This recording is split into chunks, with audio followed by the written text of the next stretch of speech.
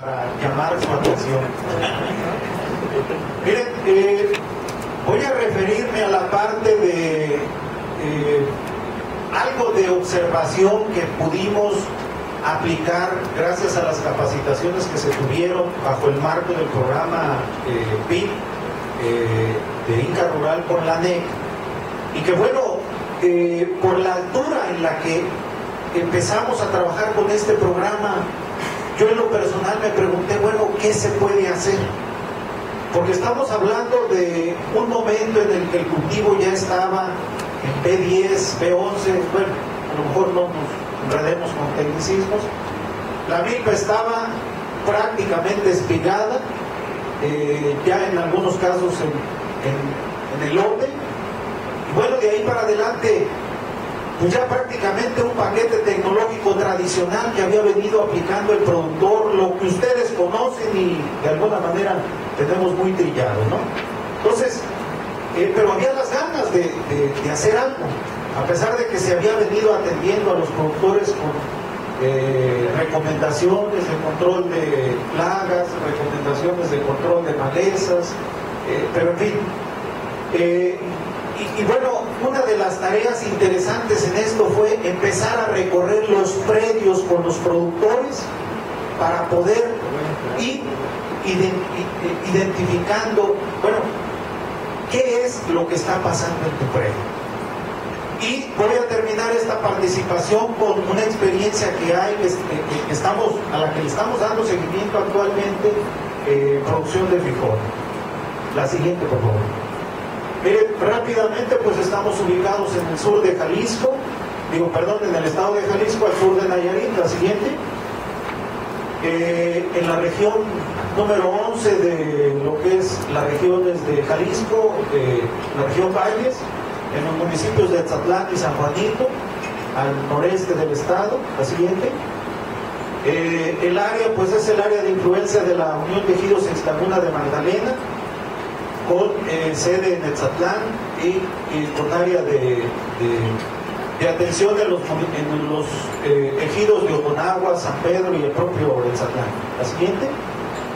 Algunos datos de referencia de la zona que son interesantes. Es un clima semiseco, con una altura sobre el nivel del mar de 1400 metros, un régimen de temporal, con lluvias de junio a septiembre y una precipitación promedio de 830 milímetros. ¿La siguiente? El trabajo se desarrolló con productores ejidatarios, un sistema de siembra tecnificado, cultivo de maíz blanco para grano, con un nivel de inversión promedio de 16,000 pesos y un rendimiento de 7.5 toneladas por hectárea. Actualmente se está pagando el maíz sobre la base, se inició pagando sobre 3.800, ahorita andamos en 3.600 y quién sabe hasta qué niveles vayamos a terminar de pago de liquidación al productor. La siguiente. Un dato interesante, son predios en su mayoría con superficies de menos de 4 hectáreas. La siguiente. Por el otro lado. Un dato curioso es que un 24% de estos suelos al que me estoy refiriendo anda en niveles de pH de 4 a 5, 35 entre 5 y 6. Hay problemas, hay diferentes tipos. La siguiente. Y una cuestión muy interesante también es su bajo contenido de materia orgánica, como no es desconocido y bueno, son cosas que estamos viendo en las diferentes zonas productoras del país, ¿no? La siguiente. Una cosa interesante es lo siguiente, miren, esta es la precipitación que tuvimos el ciclo pasado. En el 2012 fueron 643 milímetros en total, pero en febrero cayeron 71.6 milímetros. Entonces prácticamente para cuando llega el establecimiento del cultivo, que es en junio, pues esa humedad que nos cayó en febrero del año pasado prácticamente ya se había perdido, ¿no? Entonces pudiéramos estar hablando de una precipitación del orden de los 570 milímetros. Esto fue con lo que contó el cultivo durante el ciclo primavera-verano 2002. Otra cosa interesante en esto es que en la zona, en el 2009 tuvimos 560 milímetros de precipitación. Bueno, se habló mucho que era la precipitación o el año más seco en los últimos 60 años. El siguiente año, en el 2010, se nos dispara hasta el otro extremo, 1070 milímetros de precipitación, y luego se habló también en las estadísticas del año más lluvioso en los últimos 70 años. Y posteriormente 2011 680 y 2012 571. Con esto quiero dejar en su mente que para el siguiente ciclo, ¿a qué tenemos que enfrentar? Tenemos que irnos preparados con condiciones para, si el año viene lluvioso, enfrentarlo de alguna manera, o si el año viene seco, también tener herramientas para poder proteger el cultivo y sobre todo la rentabilidad y la inversión de los productores. La siguiente. Una cosa que aprendimos fue el diagnóstico, algo que se nos borraba de la mente y veíamos plagas y veíamos malezas, y afortunadamente los ojos de visión que hemos tenido a partir de las capacitaciones del doctor nos lleva a que hay que estar revisando la parte de la raíz, la parte del tallo, que principalmente, bueno, si hablamos de raíces, son las bocas por donde consume, por donde come el cultivo. La siguiente. Y bueno, daños completamente de niveles de afectación para el rendimiento directo, ¿no? O sea, un cultivo con ese nivel de grado de daño, ¿qué podemos esperar de producción? Incluso la situación está tan grave que las áreas cañeras aledañas a donde se desarrolla el cultivo del maíz son focos de infección, focos de transmisión de algunas de las plagas a grados que, si no nos ponemos a ponerle atención, pues nos van a seguir consumiendo buena parte de la atención y de los recursos que nos obliga a estar aplicando. La siguiente. Una de las cosas interesantes es que ya a finales del ciclo y más o menos sobre los niveles que les relato de desarrollo del cultivo, por recomendaciones del doctor aplicamos un tratamiento para sanear el tallo y sanear las raíces, y bueno, ahí se ve la blancura de los tallos de estas plantas tratadas. La siguiente es otra evidencia más del tratamiento, de la respuesta del tratamiento. La siguiente. Y bueno, esta es una cosa bien interesante. Del lado izquierdo, en parcelas de los productores, observamos mazorcas con ese nivel de desarrollo, y dentro de esos mismos predios mazorcas bien desarrolladas, un poco más sanas. La siguiente. Y bueno, la conclusión yo digo, la mayoría de los productores era, esos niveles de rendimiento que tenemos, los tenemos por el efecto de la sequía. Todo el mundo percibía, todo el mundo tenía en mente que el año había sido seco y con un periodo de 25 días en etapa de floración, llenado de grano en algunos casos, que se había retirado las lluvias. Aquí una de las cosas curiosas es, si observamos la planta del lado izquierdo, fue una planta que en noviembre todavía tenía el tallo verde.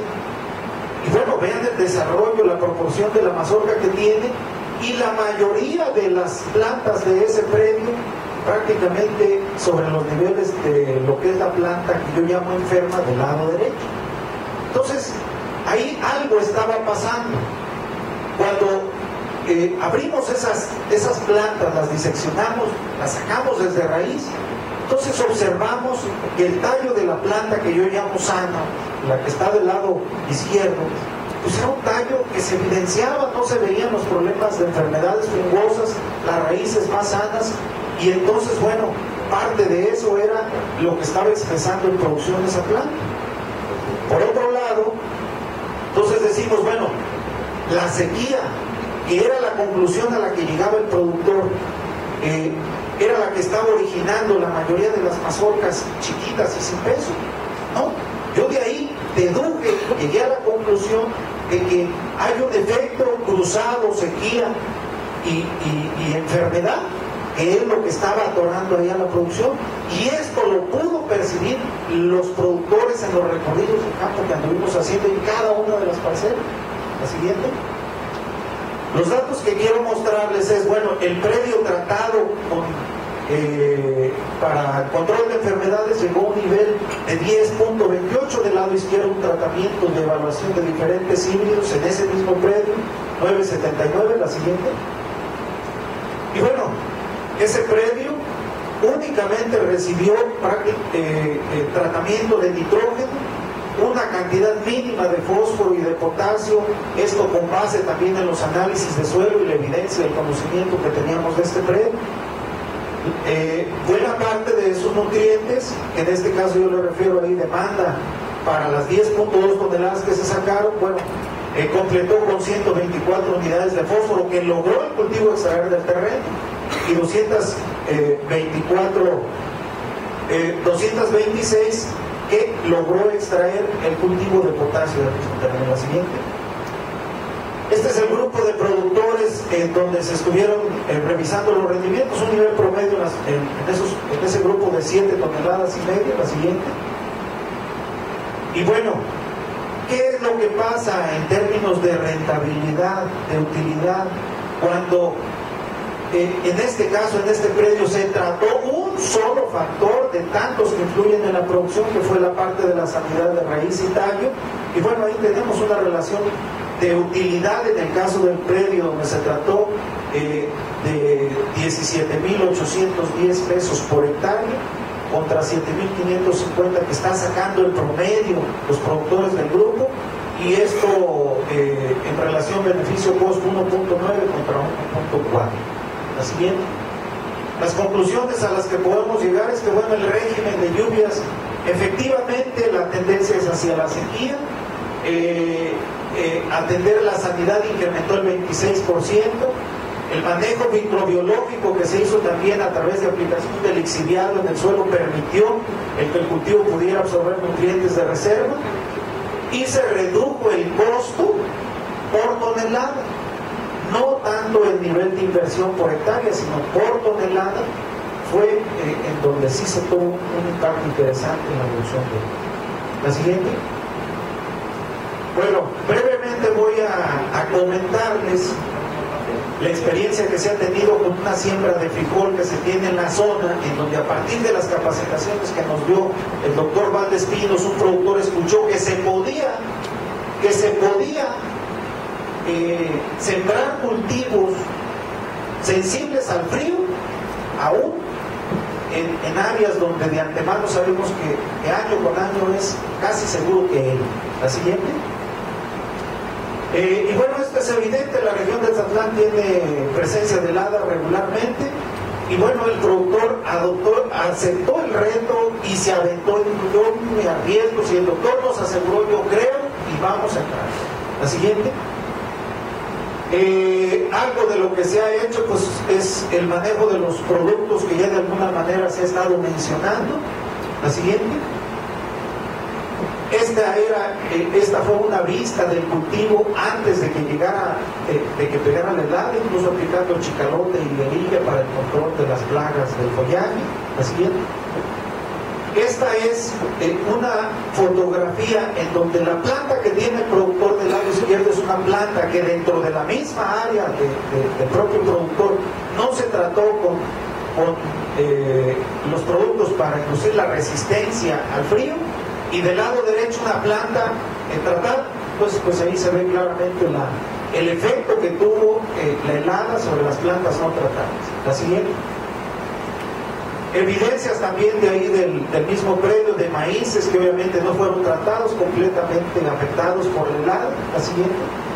Y bueno, esta es la apariencia de una de las áreas del predio donde pues se ve muy claramente el daño por la helada. La siguiente. Una de las cosas importantes, bueno, seguimos atendiendo la parte de las raíces, la sanidad de raíces. Este cultivo ha tenido problemas de fusario, de arranque, problemas de rizoctomia, y afortunadamente hemos logrado poder ir salvando junto con el productor este tipo de enfermedades. La siguiente. Y bueno, la siguiente. Este es el cultivo que en la foto anterior, afectado por el frío, actualmente tiene el productor ya en una etapa plena de floración y de una manera que nos hemos quedado sorprendidos de cómo logró el cultivo responder, obviamente con los tratamientos y las sugerencias del doctor, ¿no? La siguiente. Y bueno, en esa misma área hay un cuadro de cultivos sensibles al frío, entre ellos está el frijol, está el tomate, que está también en una etapa de floración y floreando de una manera preciosa. La siguiente. Hay calabaza también, hay jitomate también, hay pepino, hay melón, hay, bueno, las hortalizas que ustedes que nos podamos imaginar, que en otras circunstancias diríamos es una locura querer sembrar estos cultivos en estas condiciones y a cielo abierto. La siguiente. Y bueno, actualmente con todos esos tratamientos aproximadamente lo que se lleva de inversión por hectárea son por el orden de 11,000 pesos. La siguiente. Y bueno, yo quiero nada más para abreviar esta participación, comentarles que la expectativa de los productores con esta alternativa que se les está acercando es que el nivel de sus ingresos que pueden tener con las siembras de otoño-invierno puede ser incluso mejor que los ingresos que tenían con el cultivo de maíz en primavera-verano. Los productores están convencidos y más productores se están animando, se están motivando a que con esta experiencia se puede pensar en que el siguiente ciclo ya no nada más vamos a tener un productor sembrando hortalizas en invierno, sino que es un grupo de productores aledaños que ya ha visto, que ha observado y que están plenamente convencidos de que se puede hacer esto, obviamente con el apoyo de las capacitaciones, que con esta visión que nos ha planteado Víctor de la NEC y con obviamente la voluntad del doctor Valdespín. Muchas gracias.